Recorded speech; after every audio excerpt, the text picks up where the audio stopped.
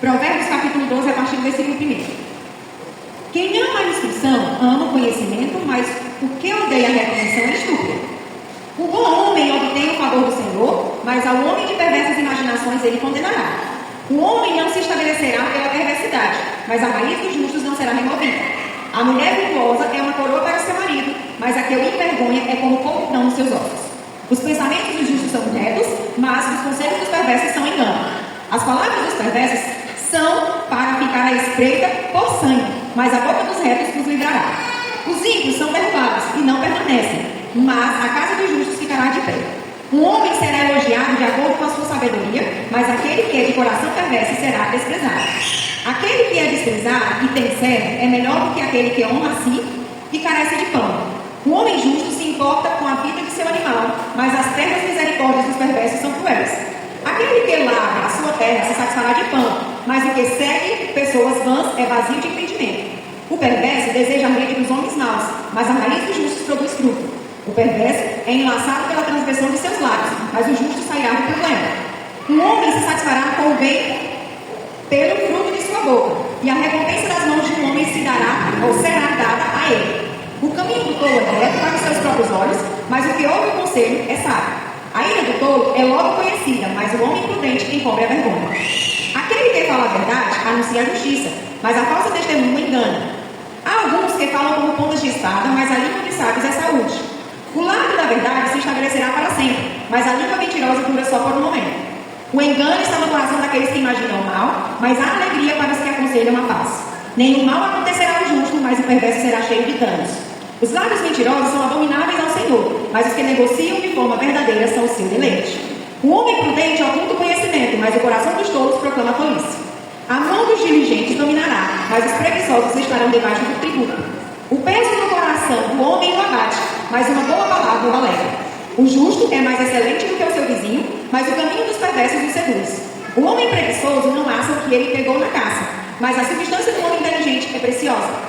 No caminho da justiça está a vida, e na sua vereda não há morte. Amém? Como nós falamos da vez passada, só recapitulando, para os que não estiveram presentes nas outras vezes, nosso tema da nossa mensagem é o quê? Escolhas. Vimos que no nosso caminho de vida, no nosso percurso que a gente vai caminhando, vai chegar momentos em que vai estar encruzilhado e vai ter vários caminhos que você pode seguir. E vai ser nesse momento que você vai ter que ter uma escolha. A gente viu também que cada escolha, ela traz uma consequência. E à medida que você escolhe um determinado caminho, você vai estar abrindo mão de outras possibilidades, de outros caminhos. A gente fala de renúncia. Quando você escolhe este determinado caminho, você está renunciando aos outros. Vimos também que para você falar em relação ao Provérbios 12, como nós vamos estudando, a gente subdividiu ele em quê? Em escolhas de atitudes, escolhas de palavras e escolha de valores. A gente fez esse comparativo com aquele conceito de pecado que a gente ensina para as crianças. Lembram ele? Pecado é o quê? É tudo aquilo que pensamos, falamos e praticamos que não agrada a Deus. Se você for olhar para o Provérbios 12, dos versículos de 1 ao 13, a gente analisou sobre o quê? As atitudes, as práticas. É o que fazemos, as escolhas que fazemos em relação às nossas práticas. Do 14 ao 20, estudamos as palavras. Então é tudo que nós falamos. E hoje nós vamos falar em relação aos valores, que é o que nós pensamos. Recapitulando o que acontece com aqueles que praticam o bem. Deus abençoa, não será abalado, é um orgulho para a família, é tratado com sinceridade, recebe elogios, tem fartura e sai de dificuldades. Mas aqueles que têm atitudes más, o que acontece? Deus condena, ele não tem segurança, traz vergonha, vive enganando os outros, não tem descendentes, é desprezado, não tem juízo e cai nas próprias armadilhas. Na pregação seguinte, a gente viu as consequências para aqueles que falam a verdade e aqueles que falam a mentira. Para falar a verdade, ele pode bons resultados. E quais são esses bons resultados? Ele vai ser recompensado, ele produz justiça, pode curar e encontra felicidade. Mas aqueles que proferem mentiras resultam em coisas ruins, produzem injustiça, ferem e matam pessoas, trazem engano e tristeza e acabam mal. Deu para relembrar aí um pouquinho? Deu? Agora nós vamos começar em relação às escolhas de valores. A questão do pensar. Os valores, que no caso é a terceira escolha que nós fazemos em nossas vidas, eles significam o sentido que damos às coisas, às pessoas e tudo que está ao nosso redor representa o quanto valorizamos algo. Se você prestar atenção, quando eu estava lendo desses versículos em relação a valores, eles sempre estão interligados ou a uma prática que você faz ou alguma coisa que você fala. Então, a questão do seu valor, do seu pensamento, ele vai resultar ou numa prática ou ele vai resultar em uma palavra. E nos versículos vocês vão verificar que ele vai falar sobre pensamento, sobre valores, mas sempre vai estar interligado a um dos dois. E quando a gente fala em valores, a gente fala daquilo que é justo e daquilo que é injusto. Valores justos é o segundo a vontade de Deus e os injustos a gente já disse. Não é de acordo com a vontade de Deus e, inclusive, prejudicam pessoas. No primeiro versículo que nós vamos estar estudando é o versículo 20. Vamos lá?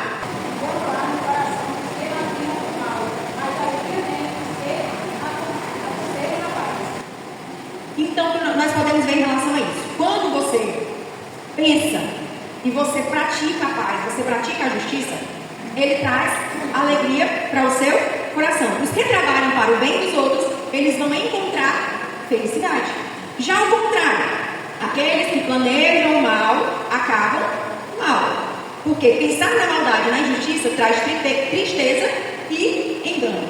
Se você prestar atenção, a gente fala muito no pensar e o praticar. Pessoas que querem viver na paz, que querem praticar o bem, normalmente você vai ver ele triste, você vai ver ele cabisbaixo. Ele pode até estar passando por dificuldade, mas passa de cabeça erguida. E ele sempre procura ver assim, o melhor das coisas. Eu aprendi uma coisa em relação a isso. Mesmo em meio a todas as dificuldades que nós temos que passar, sempre o ensinamento, ele vem para você. Algo bom aparece. Porque, por mais difícil que seja a situação, sempre procura olhar aquilo que te traz fortalecimento, aquilo que você pode aprender, até mesmo uma coisa que você errou. E quando vem a consequência, aí você diz, olha, eu estou passando por isso porque eu fiz isso. Mas você vai ficar triste por causa disso? Não, você diz, olha, mesmo em meio à dificuldade, mas uma coisa eu aprendi. Agora, em relação, quando a gente fala daqueles que maquinam o mal, você pode ter certeza que normalmente as consequências que vão vir para ele é o mal, mas ele tem uma vida feliz? Ele vai ter uma vida feliz? Não. A vida dele normalmente tem tristeza e engano. Porque se você pratica o mal para alguém, você vai colher aquilo. Porque se você está praticando, você maquina o mal, você pratica o mal, aquilo que você plantou, a gente já viu. Plantou, vai colher. Se maquina o mal, pratica o mal, vai vir o mal para você. E sua vida vai ser de tristeza e enganos. O versículo 21.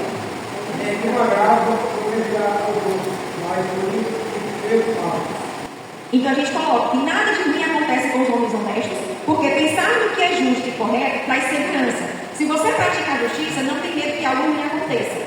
Os maus só encontram dificuldades, e sempre quando pensam no que é mal, as adversidades sempre chegam e trazem medo. Você pode ver que eles são muito parecidos, muito perto do outro. Aqui a Bíblia nos diz assim, nos ensina assim, que quando você pratica o bem, você pensa no que é justo, você pensa no que é correto, você faz o que é correto, isso te traz segurança. Não significa dizer que nada de ruim vai te acontecer. Pode até acontecer. Mas você tem certeza que o Deus a quem você serve, ele vai te proteger de alguma forma. Ou ele vai te dar alguma solução. Ele vai te sair daquela dificuldade. Ou seja, você vai ter segurança que o Deus a quem você serve, ele te protege. Ele te traz conforto, segurança. É isso que a Bíblia nos ensina. Pense e pratique o bem, o que é justo. Porque onde você estiver, ou não importa o que esteja passando, você tem a certeza que você é protegido. O contrário não acontece com o ímpio. Diz o quê? Que quando você pensa em praticar o mal, sempre você vai estar com medo. Porque se tu está fazendo coisa errada, vamos dar um exemplo. Alguém que rouba, ele praticou um furto, beleza? Momentaneamente ele conseguiu algo daquela prática. Mas, ele vai ter ou não vai ter medo da polícia bater na porta dele? Ou da pessoa que foi vítima vir e trazer a consequência? Ele vai ter uma vida com medo. Se maquina o mal, pratica o mal, ele não vai ter uma vida segura. Ele sempre vai andar com medo. Só chamar a atenção justamente para essa questão da tradução. Se nenhum mal vem, abre um leque de interrogações. Sim. Então, por que isso? Por que isso? Eu sou justo, eu sou filho de Deus. Né? Aí, como nós estamos estudando e tem outras traduções, é bom mais dar uma olhada para a gente poder ter um entendimento melhor. Não. Tem alguma outra tradução que é diferente? Acho que a tradução mais próxima do original deve ser a minha, King James, entendeu? E aqui tem uma coisa interessante que é nenhum mal abaterá. O verbo já é diferente. Abaterá, porque aqui vai juiz. O abater significa dizer que ela pode vir, mas ela não vai te abater, ela não vai te destruir, ela não vai te derrotar. É tão claro que quando eu falei assim, não sobreviverá, não significa dizer que você não vai passar por dificuldade. Não é isso. Foi o que eu deixei claro. Porque a Bíblia já coloca que no mundo tereis aflição. Não vai dizer que só porque eu sou crente, nenhum mal vai vir contra mim. Ele pode até vir, mas ele não vai me destruir, ele não vai me abater, eu vou estar seguro, eu vou estar protegido. É isso que você está querendo dizer? Porque a realidade é que a tradução está dizendo que não tem. Mas se você for ver no contexto. A tradução da Jesus também que está dizendo que não tem, que não sobrevirá. Então a questão é essa aqui. Como a tradução ela não é um problema realmente de Bíblia, é um problema de tradução, sim, a gente precisa entender. É tão tal que quando chega em tipos de versículos que você dá uma interpretação desse tipo, o aconselhável é você procurar outras traduções ou procurar que mais se assemelha ao original, para você ver o contexto que ele quis inserir aquele versículo. Porque às vezes, numa determinada palavra no português, se você for ele no literal, ele pode te dar uma interpretação. Mas se você for ver em outras traduções ou em outro contexto, ele está querendo te dizer como o pastor colocou. Não vai vir, não significa literalmente que você vai estar imune a isso. Significa que você pode até vir, mas você não vai se abater, que é o que chega na tradução que o pastor falou. Então há um risco de gerar uma teologia desvirtuada como estou pregando por aí. Sim. Eu sou crente, eu não vou passar por isso aqui. Eu posso ir diante de Deus e Deus, eu sou tranquilo. Então está vindo esse problema da cirurgia por quê? Por que essa dor não passa? Porque esse problema é crônico. E a palavra está dizendo isso. E a palavra está dizendo, a tradução diz, né? Isso. O senhor falando nesse aqui, o meu irmão ele postou um vídeo hoje que eu lhe digo assim, eu fiquei chocada com o testemunho dessa moça. Ele postou o testemunho dela todinho. E eu digo para vocês, eu não teria a coragem que aquela moça teve. Porque ela devia ter uns 20 alguma coisa. E ela estava dando uma entrevista num podcast. E lá ela recebeu um diagnóstico que ela estava com pouco tempo de vida. Ela estava com câncer, eu não me lembro, acho que era nos pulmões, se eu não estiver enganada, nos pulmões. E ela tinha acabado de entrar na faculdade, ela só foi um dia para a faculdade. E aí ela teve que ir ao médico, recebeu o diagnóstico que ela estava em fase terminal, que tinha pouco tempo de vida. E ela disse que abandonou a faculdade, e aí ela pegou e começou aquela questão de tratamento. E uma das coisas que ela colocou, ela disse, olha, eu não questiono Deus. Isso para mim fazem a frase que me impactou. Ela disse, olha, o que eu estou passando, eu não questiono Deus. Porque tem muita gente que está na mesma situação que eu e vai orar por cura. E ela disse, e eu entendi que a minha vida, a situação em que eu estou não é para cura. É porque eu vou ser usada para curar pessoas. Ela disse, o meu tempo aqui está curto, é pequeno. Mas a minha missão aqui não é para eu ser curada ou para viver bem aqui. A minha missão eu sei que é para levar Cristo, a mensagem de Cristo para outras pessoas. E aí ele perguntou, até para fazer os últimos questionamentos que ele fez para aquela moça, ele disse, eu não tenho nem coragem de te perguntar. Porque ele foi perguntar sobre o momento mais difícil para ela. Ela disse, ainda não vi. O momento mais difícil vai ser quando eu morrer. Porque a dor não vai ser para mim. Porque para mim está sendo um livramento. Para mim está sendo, assim, estou me livrando de dor. A dor vai ser para aqueles que vão ficar. E aí ele falou em relação à morte. O conselho que ela dá para a questão de enfrentar a morte, ela disse, olha, a única coisa que eu digo para vocês é viva. Aproveite os momentos que você tem com sua família, com seus filhos. E o que me chamou a atenção, do que volta para a palavra que a gente está falando, ela não pediu cura, porque ela disse que os tratamentos que ela ia fazer nem ia dar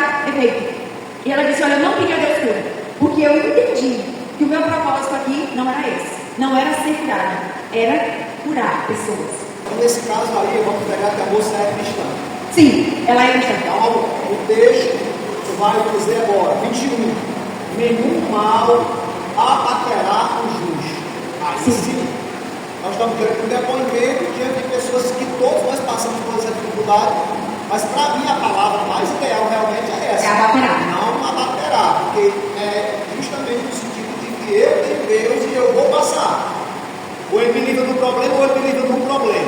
Né? Então, a tradução é bem interessante observar a questão de tradução. A gente não ficar dizendo, meu Deus, eu questionando, né? Meu Deus não está dizendo isso. Sim. Vamos lá no versículo 22.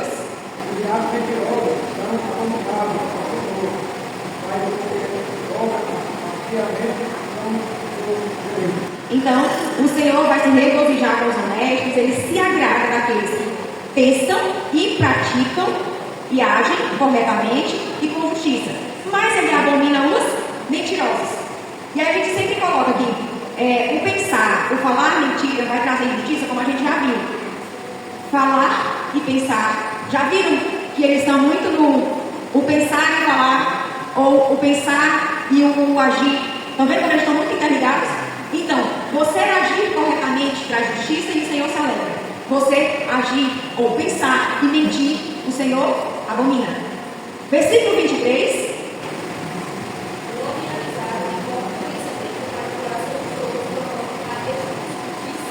A pessoa prudente, ela esconde a sua sabedoria, ela não se exibe, ele não é soberbo, apenas pensa e age com sabedoria. Já o tolo, ele anuncia a sua própria ignorância, porque eles acham que sabem e ainda se vangloriam e exaltam pelo conhecimento que tem. Você já viu uma pessoa que só porque estudou mais, ou fez teologia, ou conhece mais a Bíblia, ou fala melhor, e aí ele fica se exaltando? Eu sei mais, eu conheço mais, isso, e aí se coloca lá em cima. Ele mesmo se vangloria daquilo que ele aprendeu ou daquilo que ele fez.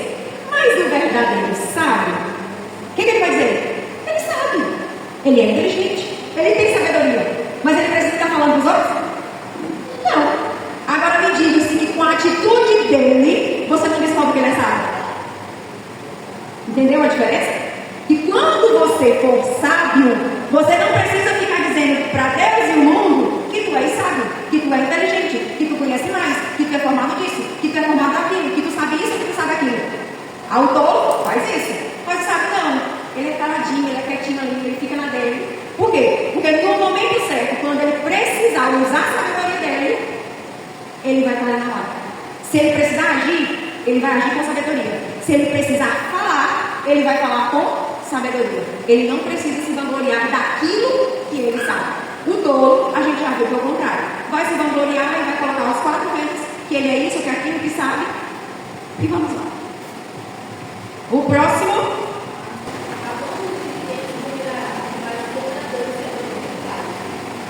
O homem que ele é esforçado, ele mandará nos outros. Ele vai pensar e agir, e age agilmente. Ele pensa como líder. Já o preguiçoso, ele se torna escravo. Ele pensa e age como escravo. Ou seja, só faz o que é mandar. Se você prestar atenção, quando você é uma pessoa diligente, aquele assim que é esforçado, aquele que não precisa ninguém mandar, normalmente você vai ver que essa pessoa ela tem um posicionamento de liderança. Ela vai estar em comando de alguma coisa. Por quê? Porque ele não espera ser mandado. Ele faz. Ele sabe que está precisando, ele sabe que tem que fazer. Ele vê aqui que precisa fazer alguma coisa, ele precisa ser mandado? Não. Ele é diligente. Se ele viu a necessidade, faz.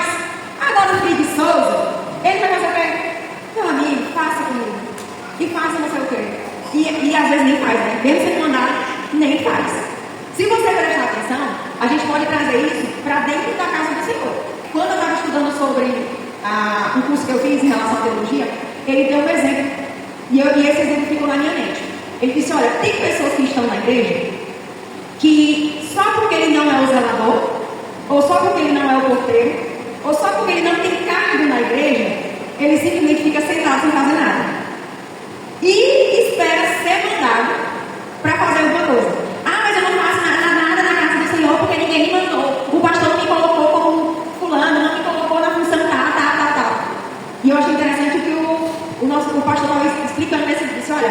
você está na casa do Senhor, você é servo. Você não precisa ser mandador. Você tem que ser diligente. Derramou água aqui. Não precisa ninguém mandar não, não espera pela zeladoria não. Limpa. As cadeiras estão desorganizadas. Organize. Não tem porteiro ali, não está ali gente aqui. Se disponibilize. Precisa alguém mandar? Não. Porque você é um servo diligente. Você não precisa receber ordem. Se está precisando, eu estou dando exemplo na casa do Senhor. Está precisando? Se disponha para você fazer. E a gente coloca da seguinte forma: o homem esforçado, ele mandará nos outros, ele dominará. Já o negligente, ele será tributado. Ou seja, ele vai ser mandado. É preguiçoso, mas pergunta assim: fulano, tem que fazer isso. Fulano, tem que fazer não sei o quê. Fulano. Está vendo a diferença? Se tu é diligente, não precisa ser mandado. Você mesmo viu a necessidade? Faz. Amém? O 25. E a gente já viu. As palavras amáveis, elas alegram o coração. Quando você pensa e fala somente o bem, traz alegria e acalma o seu coração.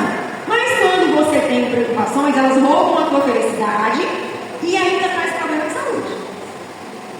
Quando a gente diz assim, a mente, ela tem um poder muito grande sobre a nossa vida.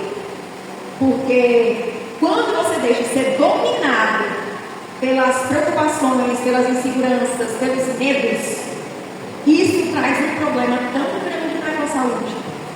Tem uma pessoa que eu conheci recentemente e eu digo para vocês, está difícil me comunicar com ela. Muito difícil.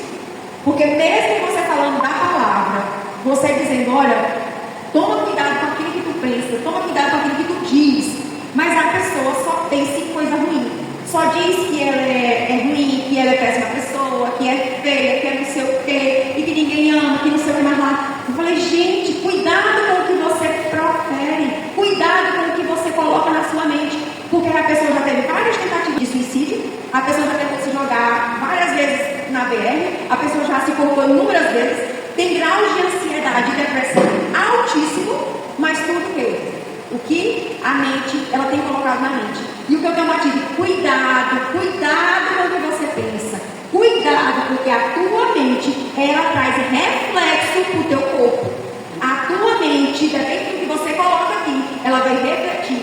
Ela pode te trazer vida, se você tentar pensar em coisas boas, tentar praticar coisas boas. Porque o conselho que eu sempre dava para ela, ouve um louvor, coloca a tua mente, renova a tua mente com as coisas do alto. Porque a Bíblia diz que nós temos que renovar a nossa mente. Porque no momento que nós estamos com a mente ainda lá nas coisas do mundo, tu nunca vai conseguir coisa boa. Mas aí quando a gente renova a nossa mente com a palavra, com as coisas do alto, consequentemente, a gente vai ter reflexo também no nosso corpo. Então, pensar bem, fazer o bem, vai trazer bem pra gente.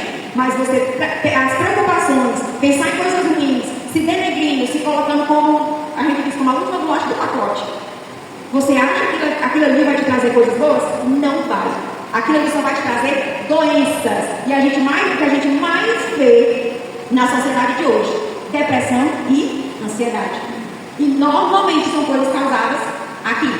Começam aqui na mente. 26.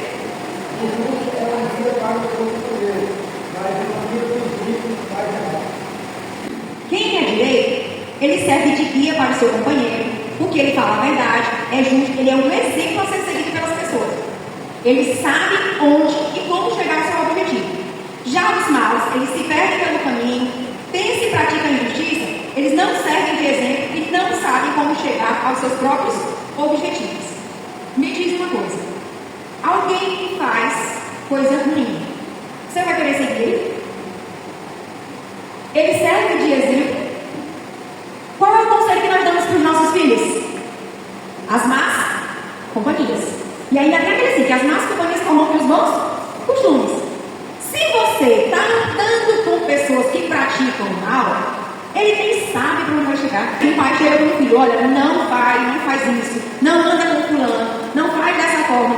Aí a pessoa pega e tem. Mas quando você está nessa companhia aqui, dessas pessoas aqui, aí quando vem as consequências das escolhas, aí vai dizer que o problema é de quem? É seu. Porque você escolheu está com pessoas erradas. Essas pessoas, elas não sabem um objetivo. Tem assim, eu vivo a vida do jeito que eu quiser, vou aproveitar do jeito que eu quiser, o que vier tá bom, eu não quero estudar agora, eu só quero farrear. Vai. Sabe-se que, se for por este caminho, não vai ter muito futuro. Agora, quando você está perto de pessoas que têm um objetivo, é tão tal que normalmente é aconselhável você se juntar ou estar próximo de quem está ou no seu nível ou acima de você. Porque quando você está perto de pessoas que te instiguem a crescer, você vai fazer o quê? Ou você cresce, ou você cresce. Eu digo isso porque eu estava conversando com as meninas que eu faço faculdade, e é assim, por eu já ter feito outros cursos, eu sou muito criteriosa nas atividades. Aquela questão de fazer bem feito mesmo as atividades. E o grupo das meninas que ficam comigo, elas já sabem. Se está comigo, não vai ficar parado. Hoje a gente estava até falando da questão do trabalho lá. E eu digo, olha, aqui no mínimo, quando terminar esse curso, vocês têm que ter um livro, não tem uns 5 livros. Então tudo isso, eu digo, tudo isso. Se quer ser alguém na vida, tem que ser puxado. E eu disse para elas, para andar comigo, ou vai junto com a caminhada, ou fica no meio do caminho. Então, se você quer crescer, esteja perto de pessoas que também querem crescer. Porque se você estiver perto de pessoas que pensam desse tamanhozinho ou que não fazem nada para crescer, a sua vida também vai ser desse tamanhozinho e você não vai ter objetivo nenhum. Próximo.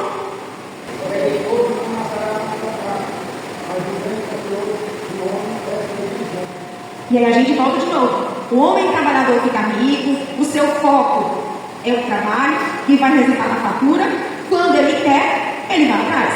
Já o preguiçoso, ele não consegue o que deseja, porque ele não tem foco, ele não tem objetivo, vive sem rumo e sem nada. Ele quer, mas não faz nada para conseguir. A gente diz, olha, eu penso em ser professora, eu penso em ser médico, eu penso em ser advogado, contador, engenheiro, sei lá o que for. Eu penso em ser alguma coisa. Mas aí, tu não faz nada. Tu só quer, e tu só quer. E tu fica no querer. Tu fica só na vontade. Tu fica só no desejo. Por quê? Porque se tu não vai atrás, aquilo ali não vai chegar até você.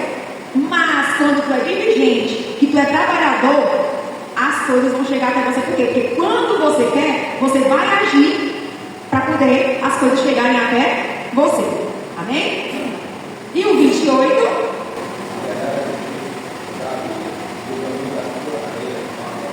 Então a gente diz, a honra deles é o caminho para a vida. Pensar e agir com retidão resulta em longevidade. Já a falta de juízo é a estrada para a morte. Não pensa antes de agir e saber das consequências pode resultar em morte. Disso aqui a gente pode entender da seguinte forma. Quando você faz as coisas por impulso, quando você reage por impulso, tomar muito cuidado. Porque às vezes alguma atitude, quando você age sem pensar, sem analisar as consequências, sem analisar as coisas, quando as consequências vêm, você diz, meu Deus, se eu tivesse pensado, se eu tivesse raciocinado, eu não tinha feito isso e não tinha acontecido aquilo. Então, pensar antes de agir é o razoável. Porque se você não pensa antes de agir, pode resultar em morte. Mas quando você pensa e age com retidão, aí a Bíblia diz, é vida longa, longevidade. Então a gente pode entender em relação aos valores, aos pensamentos. Os bons valores e pensamentos, eles escolhem bons resultados. Como? Traz alegria, traz segurança, Deus se agrada, não é soberbo, tem pensamentos de líder, traz calma ao coração, é um exemplo para os outros e tem fartura e longevidade. Já os valores e maus pensamentos resultam em coisas ruins, traz tristeza e engano, encontra dificuldades, Deus abomina, agem como escravos, traz problemas de saúde, não servem de exemplo, vivem sem rumo e ainda podem trazer morte. Se a gente observar no mundo de hoje, como é que estão os valores? Hein? Como é que estão os valores lá no mundo? Como é que estão? Eles estão de acordo com o que a Bíblia diz? Normalmente tem. Ou são distorcidos ou não tem valor nenhum. Porque antes, respeitar pai e mãe era importantíssimo. Vai, o menino não dá atenção para o pai e a mãe há uns anos atrás. Era sua. Hoje, menino passa pelo pai, tá nem aí. Hoje, o respeito dentro da casa do Senhor, antes era uma coisa mais organizada. E hoje em dia, que enquanto está o pregador falando, tem gente que está no celular, está conversando, ou não está nem aí. Resumindo, valor nenhum. Antes a vida era importante. Hoje é normal o aborto. Hoje é normal assassinar alguém. Uma pessoa, morreu pessoa tal. Morreu. A vida hoje, praticamente, não tem significado, não tem sentido nenhum. E aí a gente diz que a injustiça tem cercado a sociedade em todos os lados, de forma que parece que não temos alternativa nenhuma. E até mesmo nós, como cristãos, somos perseguidos para que a gente possa ceder a essas corrupções. Quando a gente diz que ninguém é justo, porque todos nós somos pecadores, porque Romanos 3:23 diz, porque todos pecaram e destituídos estão na glória de Deus. Mas aí vem Jesus, que Ele nos justifica dos nossos pecados. Por isso que quando a gente aceita Jesus, e o pastor até explicou sobre a justificação, e quando a gente aceita Jesus, através de Jesus nos tornamos justos. Até entendido? Jesus é quem nos justifica e perdoa os nossos erros, corrigindo nossas vidas para seguir a justiça revelada na vontade de Deus. Fazer escolhas pela justiça é possível quando procuramos saber se o que vamos fazer pode ou não pode prejudicar alguém. Então, por isso que nós temos que pensar antes de escolher. Mateus 7,12 vai dizer: assim, em tudo, façam aos outros o que vocês querem que eles façam a vocês, pois esta é a lei dos profetas. Então, tomar muito cuidado com os seus valores, porque é através dele que você vai fazer as suas escolhas. E aí nós temos que escolher com sabedoria, porque a sabedoria ela nos ajuda a administrar a vida de forma a agradar a Deus e controlar os nossos impulsos. Agora eu quero que vocês leiam em Provérbios 9:10, porque é a sabedoria que nos vai ensinar a evitar o mal e escolher o bem.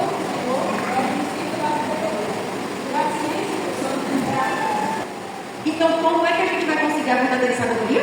É o temor ao Senhor. E nós conseguimos o temor ao Senhor onde? Lendo a palavra. Salmos 1:1. Bem-aventurado o homem que não anda segundo o conselho dos ímpios, nem se detém no caminho dos pecadores, nem se assenta na roda dos escarnecedores. Então, quando você tem a sabedoria do alto, você vai seguir qualquer conselho? Você vai andar naquela roda ali, vai ficar ouvindo aquelas conversas e vai ouvir o que eles estão dizendo para você seguir? Não. Porque quando você tem a sabedoria do Senhor, o temor ao Senhor, que é o princípio da sabedoria, essas práticas você não vai fazer. Em Tiago 1:5, se algum de vocês tem falta de sabedoria, peça a Deus, que a todos dá livremente, de boa vontade, e lhe será concedida. Então, ser sábio é se submeter à vontade de Deus. Provérbios 12:14. Você será recompensado pelas coisas boas que fizer e receberá de volta, será recompensado aquilo que fizer. Portanto, antes de tomar uma decisão, tanto em ações, quanto em palavras, quanto em valores na sua vida, busque a orientação de Deus, que o ajudará a seguir a direção certa.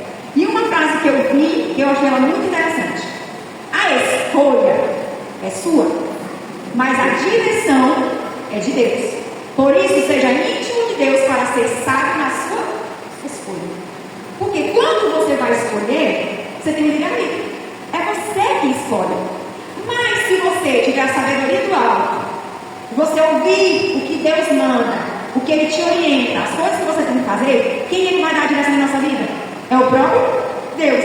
Então, mas para que a gente ouça a sua direção, nós temos que ter intimidade com Ele. Então, temos o livre-arbítrio e o poder de escolha, mas quando Deus é o centro da nossa vida, tomamos todas as decisões segundo a sua vontade. E por isso que quando entregamos a nossa vida a Cristo, nós vamos nos submeter ao que Ele determinar, desfrutamos dos seus melhores planos para nós e nele encontramos a verdadeira sabedoria. Então, se você for escolher entre o certo e obter uma vantagem lícita, lembre-se, faça o bem e obedeça a Deus. Vai ter momentos em que você vai ser colocado na berlinda. O que você vai fazer? Você é cristão. E aí? Você diz, ou você obedece a Bíblia dizendo que tem que falar a verdade, agir com justiça, mas vai ter situações em que você vai ser colocado.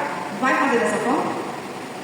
Porque quando você está nessa situação, é onde você vai demonstrar que não importa a consequência, eu vou optar pela verdade, eu vou optar pela justiça, eu vou optar pelos valores e ensinamentos que a Bíblia me deu. E aí é onde que está.